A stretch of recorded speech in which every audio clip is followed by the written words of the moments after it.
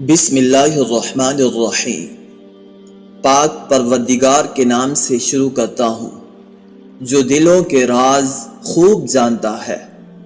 امید کرتا ہوں کہ تمام دوست خیر و عافیت سے ہوں گے۔ اللہ پاک سے دعا ہے کہ اللہ پاک آپ کی تمام جائز خواہشات کو پورا فرمائے، وسیع رزق اور آپ پر اپنی رحمتوں کے سائے ہمیشہ برقرار رکھے، آمین۔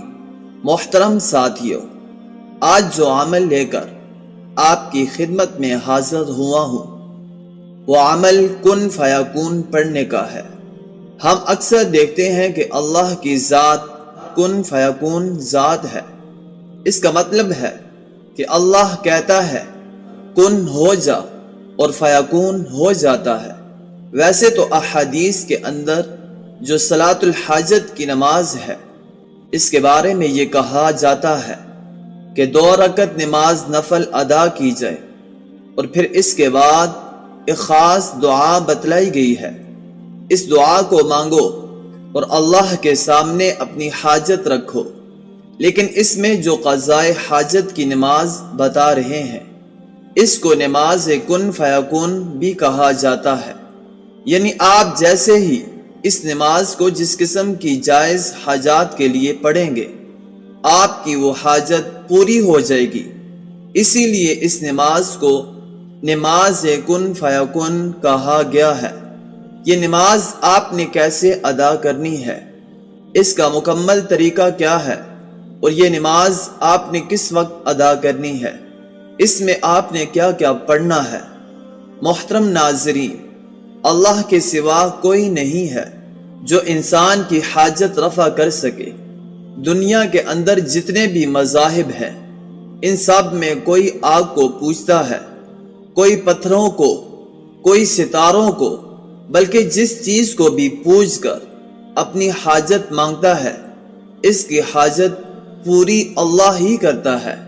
بے شک وہ مشکل کشا اپنے بناوٹی خدا کو ہی کیوں نہ سمجھے، لیکن خالق و مالک اور رزاق تو اللہ ہی کی ذات ہے، اس کا ہر چیز پر تصرف ہے۔ اسی لیے چاہیے کہ جو بھی حاجت ہو اسی سے مانگی جائے۔ حدیث مبارکہ میں یہاں تک آیا ہے کہ اگر تمہارے جوتے کا تسمہ بھی ٹوٹے تو اللہ ہی سے مانگو، اور فرمایا کہ نماز کے ذریعے سے مانگو۔ آج کی ویڈیو میں اللہ سے مانگنے کا ایک مجرب عمل بتایا جا رہا ہے جو صلاۃ الحاجت کی ایک آزمودہ قسم ہے جسے نماز کن فیکون بھی کہتے ہیں۔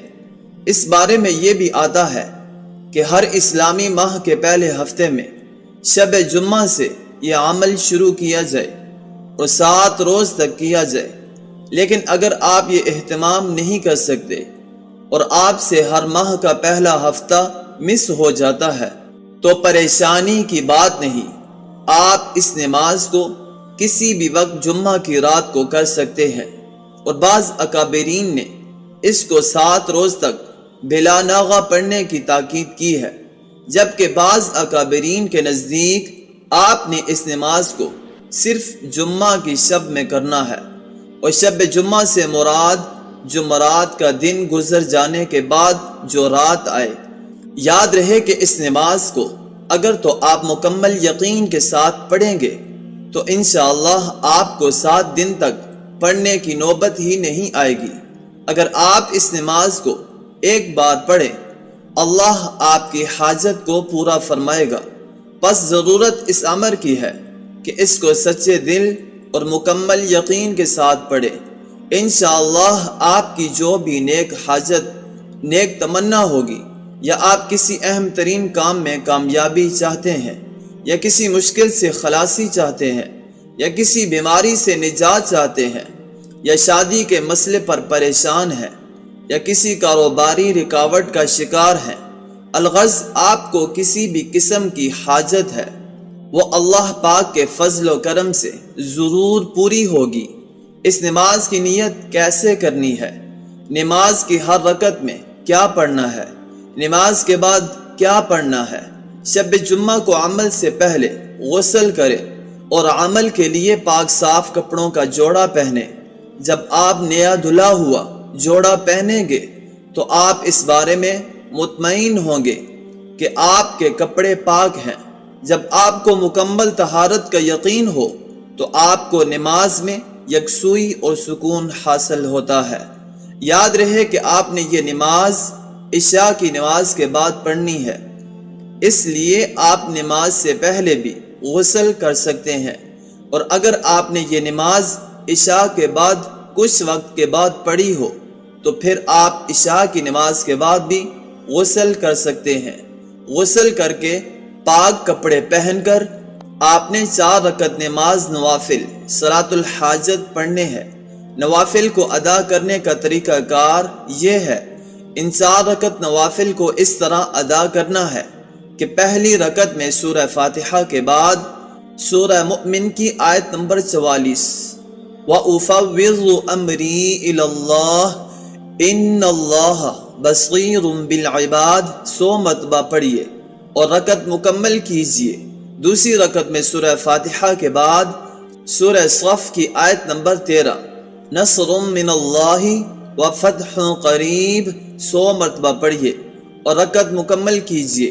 تیسری رکعت میں سورہ فاتحہ کے بعد سورہ شورى آیت نمبر 53 الا الی اللہ تصغیر الامور 100 مرتبہ پڑھ لیجیے اور رکعت مکمل کیجیے۔ چوتھی رکعت میں سورہ فاتحہ کے بعد سورہ فتحہ کی آیت نمبر 1 انا فتحنا لک فتحا مبینا 100 مرتبہ پڑھ لیجیے اور رکعت مکمل کیجیے۔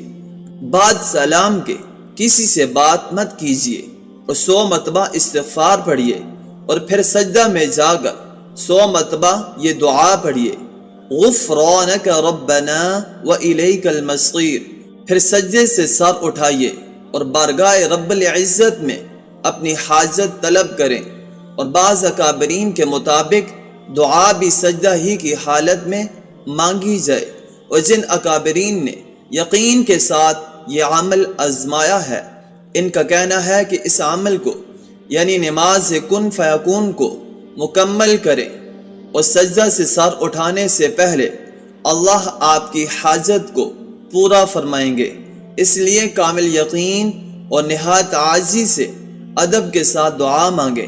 انشاءاللہ تعالی اگر قرض دار ہیں تو اللہ پاک آپ کا قرض اپنے خزانہ غیب سے ادا ہونے کے اسباب فرمائیں گے۔ اگر کوئی فقیر و مفلس ہے تو اللہ پاک اسے غنی و مالدار کر دیں گے۔ اگر بے اولاد ہو تو اللہ پاک اسے اولاد عطا فرمائیں گے۔ اگر بیمار ہوگا تو اللہ پاک اپنی رحمت سے صحت بخشیں گے۔ اگر کوئی گناہ گار بخشش کا طلبگار ہوگا تو اللہ پاک اپنے فضل و کرم سے اس کے تمام صغیرہ و کبیرہ گناہ معاف فرما کر مغفرت عطا فرمائیں گے۔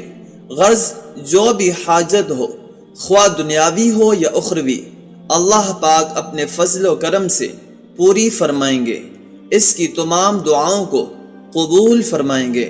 مگر جو شخص یہ نماز ادا کرے اور وہ ان شرائط کو اپنی دنیاوی و اخروی زندگی پر ضرور لاگو کرے، جب جا کر یہ نماز مؤثر ثابت ہوگی۔ اول اللہ پاک کی وحدانیت پر دل سے گواہی دے اور شرک سے پرہیز کرے۔ دوسرا نمبر نماز پنجگانہ کا پابند ہو۔ تیسرا حلال کماتا ہو اور حلال کی روزی کھاتا ہو۔ چوتھا جھوٹ، گالی گلوچ اور حرام چیزوں سے بچتا ہو۔ جب یہ نماز مؤثر ثابت ہوگی اللہ پاک سے دعا ہے کہ اللہ پاک ہمیں اپنی عبادت کے لیے قبول فرمائے اور ہماری کی ہوئی عبادت کو قبول فرماتے ہوئے ہم سب کی بخشش و مغفرت فرمائے، اور اپنے فضل و کرم سے ہماری تمام نیک دینی و دنیاوی دلی تمناؤں کو پورا فرمائے، آمین۔ آخر میں آپ سے ایک چھوٹی سی گزارش کریں گے، اگر آپ ہمارے چینل کی ویڈیو کو پہلی بار دیکھ رہے ہیں تو آپ نے چینل کو سبسکرائب نہیں کیا تو آپ سے گزارش کریں گے کہ چینل کو ضرور سبسکرائب کر لیجئے اور ساتھ ہی لگے بیل کے بٹن کو پریس کر لیجئے تاکہ آپ کو ہماری ہر نئی آنے والی ویڈیو آسانی سے ملتی رہے۔ اب آپ سے اجازت چاہیں گے، اپنا ڈھیر سارا خیال رکھیے گا۔ اللہ نگہبان۔ السلام علیکم ورحمۃ اللہ وبرکاتہ۔